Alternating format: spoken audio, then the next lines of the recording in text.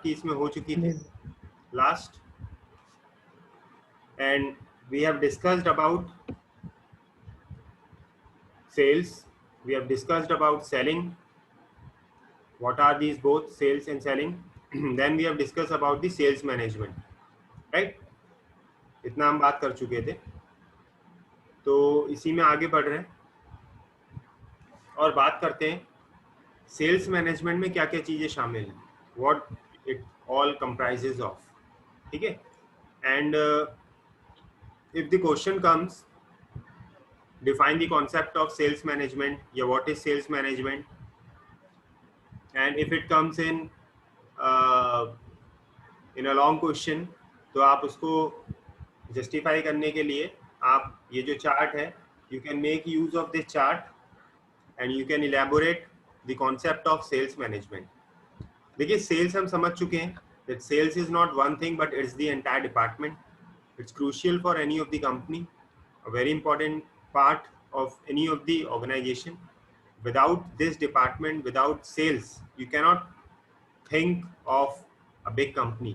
कितना भी अच्छा आप बना लीजिए, कितना भी अच्छा आप फाइनेंस कर लीजिए, कितने भी अच्छे एम्प्लॉय रख लीजिए, लेकिन जब तक बिकेगा नहीं मार्केट में कुछ भी, सब बेकार है, ठीक है? तो सेल्स आप कह सकते हो is the backbone of any of the company, any of the organisation, right? Management पे बात करना रह गया था उस दिन, तो सिंपली मैनेजमेंट आप जानते ही हो, management includes many elements like planning, ठीक है, directing, controlling, organising, recruiting, selecting, all these are the part of management. तो बेसिकली जब सेल्स के आगे मैनेजमेंट लगा है तो इसका मतलब होता है कि how to manage sales, how to manage it, and since it's a department, so entire things which the organization does for managing its sales at different level are a part of sales management.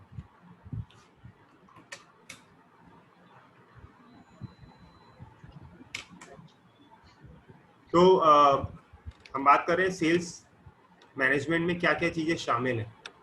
तो let's look at the slide which is there on your phone or laptop. The first thing which it comprises of is creating and managing sales systems, processes and protocols. Sales management का part है that it creates and manage sales systems, processes and protocols. देखिए हर organisation में एक particular system निर्धारित है to get the sales done. एक छोटा सा डिस्ट्रीब्यूटर भी है या कोई कंपनी है तो सेल्स के लिए प्रोसेस बना होता है. अब वो प्रोसेस के बहुत सारे कह सकते हो एलिमेंट्स हैं. वो प्रोसेस कहाँ से शुरू होता है? Suppose you have got the quotation of your client on email, right? And some companies may get the quotation through mail. वो quotation जाती है, फिर उसको चेक किया जाता है कितनी क्वांटिटी चाहिए, बल्क में खरीद रहे हैं, सिंगल में खरीद रहे हैं, क्या अमाउंट पे कर रहे हैं. तो some want the some money needs to be given at the time when you are giving the order. तो ये रहता है सिस्टम का पार्ट कि आप ऑर्डर दे रहे हो, ऑर्डर के समय पे आपको एडवांस भी देना है. Rest of the amount you will give in due time और when you receive the order. So it's a system, ठीक है?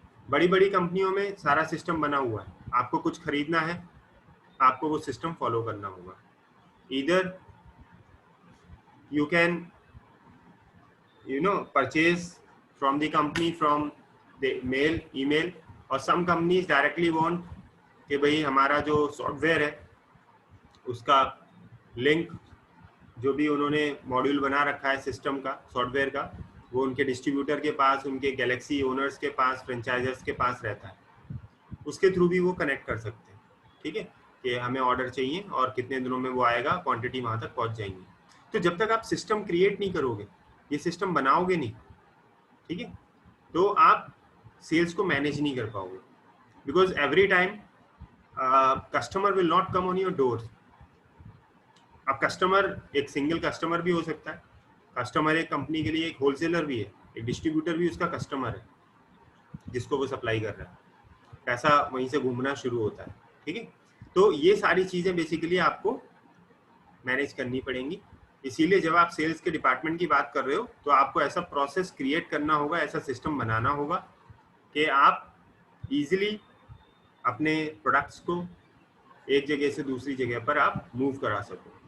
जितनी बड़ी कंपनीज हैं, एमएनसीज वगैरह, उनकी आप कल्पना भी नहीं कर सकते कि वो किस स्तर पे उस सिस्टम को फॉलो करती हैं.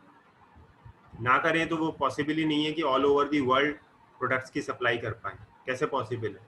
ठीक है, तो वो तो with in a fraction of second they can easily know कि भाई हमारा ऑर्डर, अमेरिका की कंपनी है, इंडिया में किसी फर्म से ऑर्डर आया, तुरंत पता लग जाता है. आजकल इंटरनेट है, मेल है, सॉफ्टवेयर के थ्रू. ठीक है, ये सारी चीज़ें, कंपनी का अपना MIS है, इंफॉर्मेशन सिस्टम है, तो ये सारी चीज़ें पता लग जाती हैं. तो ये प्रोसेस आपको क्रिएट करना है. क्लियर? फिर बात आती है supporting the sales effort and instill discipline. Sales effort को हमें सपोर्ट करना, डिसिप्लिन क्रिएट करना. देखिए, मैंने अभी आपको बताया था कि सेल्स किसी भी कंपनी में सबसे महत्वपूर्ण एक डिपार्टमेंट है. सेल्स के लोग जो अपॉइंट होते हैं वो बहुत ही कंपनी के लिए बहुत ही, ऐसे कहते हैं ना, राजा बेटा की तरह होते हैं. जैसे घरों में होता है ना कि कुछ बच्चे, अगर 2 या 3 बच्चे हैं घर में, तो माँ बाप किसी एक बच्चे को ज़्यादा अटेंशन देते हैं. कभी कभी हो जाता है पार्शियलिटी में, सबसे छोटा है या लाड प्यार में बढ़ रहा है, या सबसे बड़ा है, बड़े वाले से ज़्यादा अटेंशन है. ऐसा हो जाता है कभी कभी. तो ऐसी किसी डिपार्टमेंट में या किसी ऑर्गेनाइजेशन में सेल्स के जो लोग होते हैं ना, वो बड़े चहेते होते हैं ऑर्गेनाइजेशन के. तो वो क्यों होते हैं? भाई पैसा ला के दे रहे हैं. आप प्रोडक्शन वाले से क्या उम्मीद करोगे? वो तो आ रहा है, बना रहा है, जा रहा है, उसे कोई मतलब नहीं कि वो बिक रहा है या नहीं बिक रहा है. और होता भी ऐसा है. अगर आप आज की डेट में एम्प्लॉई रिक्रूट कर रहे हो और आपने अगर कोई सेल्स वाला बंदा अपने यहाँ रिक्रूट किया है और एक प्रोडक्शन में आपने रिक्रूट किया है, तो 5 साल बाद आप पाएंगे प्रोडक्शन वाले डिपार्टमेंट में वो 5 साल बाद भी उस बंदे की सैलरी कुछ बड़ी होगी या उसका कुछ प्रमोशन हुआ होगा थोड़ा बहुत. लेकिन सेल्स वाला जो बंदा होगा 5 साल में, वो कंपनी में कई प्रमोशन लेकर आगे बढ़ चुका होगा, उसकी सैलरी कई टाइम्स बढ़ चुकी होगी. ये अक्सर होता है. क्यों होता है? उसका रीजन ही यही है, जैसे मैंने अभी बताया कि कंपनी उनके काम को सपोर्ट करती है. कंपनी को मालूम है दे आर दी की पीपल. ठीक है, ये लोग अगर काम नहीं करेंगे, अगर सर्दी मौसम देखेंगे कि साहब धूप है, गर्मी है, जाड़ा है, तो हमारा सामान बिकेगा नहीं. इसीलिए सेल्स पीपल कभी भी आप देखिए किसी भी मौसम में रेडी रहते हैं वो बेचने के लिए. उन्हें मार्केट में उतरना ही उतरना है. मार्केट में बिना उतरे वो बेच नहीं सकते, दूसरा कस्टमर क्रिएट नहीं कर सकते. तो ये सारी चीज़ें, तो इसीलिए कंपनी को चाहिए कि उनके एफर्ट्स को सपोर्ट करें, डिसिप्लिन क्रिएट करें. Discipline in terms of not के वो कोई मनमानी कर रहे हैं या कोई बदतमीजी कर रहे हैं, उस टर्म्स में नहीं. Discipline in terms of discipline in terms of their promotion, their incentive, their commission, their efforts which they are doing for the company. उस टर्म्स में डिसिप्लिन क्रिएट करें. और वो क्यों जरूरी है? Because it should be equal for each and every one. Sales people बहुत ज़्यादा होते हैं, ये मैंने आपको पहले दिन ही बताया था. अगर किसी कंपनी में HR के 2 या 4 बंदे हैं, फाइनेंस का अगर 2 या 3 बंदे हैं, लेकिन सेल्स के बंदे 1000 हो सकते हैं. तो 1000 बंदों को, 1000 लोगों को सिंक्रोनाइज करने के लिए proper discipline should be there. फिर बात आ रही है develop and manage sales strategies. Develop and manage sales strategies. देखिए, बेचने के लिए you need to have a good strategy every time. Strategy, basically strategy is what? It's a complex task which you need to follow, and every time the same strategy will not work. So you need to change your strategy every time. आपने देखा भी होगा कि companies हैं, वो companies कभी भी एक सा प्रमोशन नहीं रखती हैं.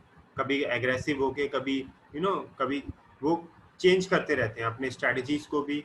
मार्केट में उतरने की स्ट्रैटेजी हो या प्राइसिंग हो या कॉम्पिटिटर से बीट करने के लिए हो या कंपटीशन से फाइट करना हो, तो their strategy keeps on changing, they will not come up with the same kind of strategy. तो this is the task of the sales department, that every time they need to develop it. भाई strategy क्या रहेगी sales की इस बार. मान लीजिए कोई कोई पुरानी कंपनी है और उसने प्रोडक्ट नया उतारा है. बहुत सी कंपनी है, मान लीजिए HUL एक कंपनी है. तो HUL के प्रोडक्ट अभी बहुत सारे हैं मार्केट में, लेकिन जैसे ही कोई नया प्रोडक्ट HUL उतारेगी मार्केट में, तो उसके लिए स्ट्रेटजी क्या रखेंगे. अभी लाइफ बॉय का आपने देखा कि ऐड आ रहे हैं, लाइफ बॉय के सैनिटाइजर के और लाइफ बॉय के सब. तो वो नए उसको वो देते रहते हैं, यू नो, नए नए टैगलाइन, नई नई पंच लाइन्स बनाते रहते हैं. ठीक है, पंप रब शू ऐसे करके आ रहे हैं ना, बच्चों का ऐड हो, पंप रब एंड शू ऐसे करके. तो व्हाट इज दैट, पंप रब शू. तो वो उसका मतलब है कि बच्चों को अटेंशन क्रिएट करना चाह रहे हैं कि बच्चे जब घर से बाहर निकलेंगे तो सैनिटाइजर पंप करा, रब करा एंड शू शटा.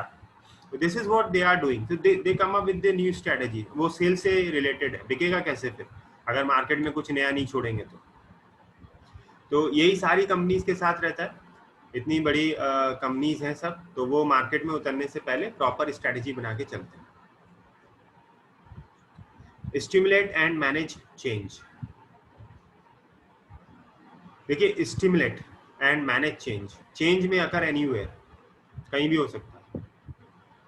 तो अब चेंज क्या है कि साहब यू नो मार्केट सिनेरियो बदल गया, कस्टमर के नीड्स वांट्स बदल गए, या आपके ऑपोजिट जो कंपनीज हैं उनका कुछ चेंज हुआ. तो you need to fight them every time, और आपको उसे मैनेज करना होगा. चेंज यही है. अब चेंज देखिए, चेंज की बहुत सारी परिभाषा हो सकती है, डेफिनेशन हो सकती है. चेंज एक वो है जो मैं कर रहा हूँ, ठीक है. जैसे कंपनी इंटरनली चेंज कर रही है, इंटरनली क्या कर सकती है, कंपनी ने अपना पूरा MIS चेंज किया, सॉफ्टवेयर बना दिया, सॉफ्टवेयर पे सारी रिपोर्टिंग होगी, सब कुछ होगा, तो ये एक चेंज है. अब वो तो इंटरनल है, कंपनी के हाथ में. उसको आप लोगों को ट्रेन कर सकते हो, एम्प्लॉइज को ट्रेन कर सकते हो और उनको चेंज के बारे में बता सकते हो. लेकिन जब चेंज बाहरी होता है, एक्सटर्नल होता है, तो वो आपके हाथ में नहीं होता. गवर्नमेंट की पॉलिसी चेंज हो गई, ठीक है, या पॉलिटिकल सिनेरियो चेंज हो गया, सत्ता ही बदल गई साहब, बीजेपी थी कांग्रेस आ गई, या कांग्रेस थी बीजेपी आ गई, या दोनों ही चले गए मायावती आ गई, कुछ भी हो सकता है. ठीक है, तो ये अलग कहानी है. अब वो जो भी गवर्नमेंट रहेगी भाई, उसकी सारी चेंज के अकॉर्डिंग वो सब कुछ चलेगा. तो चेंज में अकर एनीवेयर. अब वो चेंज, सबसे पहले हमें ये देखना कि वो जो चेंज है, वो चेंज हमारे बिजनेस पे कैसे इम्पैक्ट डाल रहा है, मतलब मेरे ऊपर उसका क्या इफेक्ट पड़ेगा. अब मेरे ऊपर पड़ेगा तो डेफिनेटली सेल्स पे पड़ेगा. भाई अगर मान लीजिए कोई रॉ मटेरियल महंगा हो गया, किसी भी वजह से क्राइसिस थी या कुछ भी था, वो सप्लाई नहीं आ रही, रॉ मटेरियल महंगा हो गया, तो आप उसकी प्रोडक्शन लागत बढ़ जाएगी, लागत बढ़ेगी, MRP बढ़ेगी, तो सेल्स करने में दिक्कत आएगी. सीधा अफेक्ट सेल्स पे जरूर पड़ना है. ठीक है, कोई भी बात हो. छटनी हो गई. अभी क्या है कि कोरोना की वजह से सारी कंपनीज ने एम्प्लॉइज अपने छटनी कर दिए, हटा दिए. अब हटा दिए तो वर्कलोड बढ़ा, काम तो उतना ही, वर्कलोड बढ़ रहा है तो एम्प्लॉइज के ऊपर प्रेशर जा रहा है, तो वो या तो भाई सैलरी बढ़ाने की बात कर रहे हैं कुछ और, या वो फ्रस्ट्रेट हो रहे हैं. प्रोडक्शन वाले भी फ्रस्ट्रेट हो रहे हैं तो टूट फूट ज़्यादा हो रही है, वेयर ज़्यादा हो रही है, मेंटेनेंस ज़्यादा हो रही है, प्रोडक्ट्स खराब बन रहे हैं. तो कहीं ना कहीं आके आपको इसका जो जो चेंज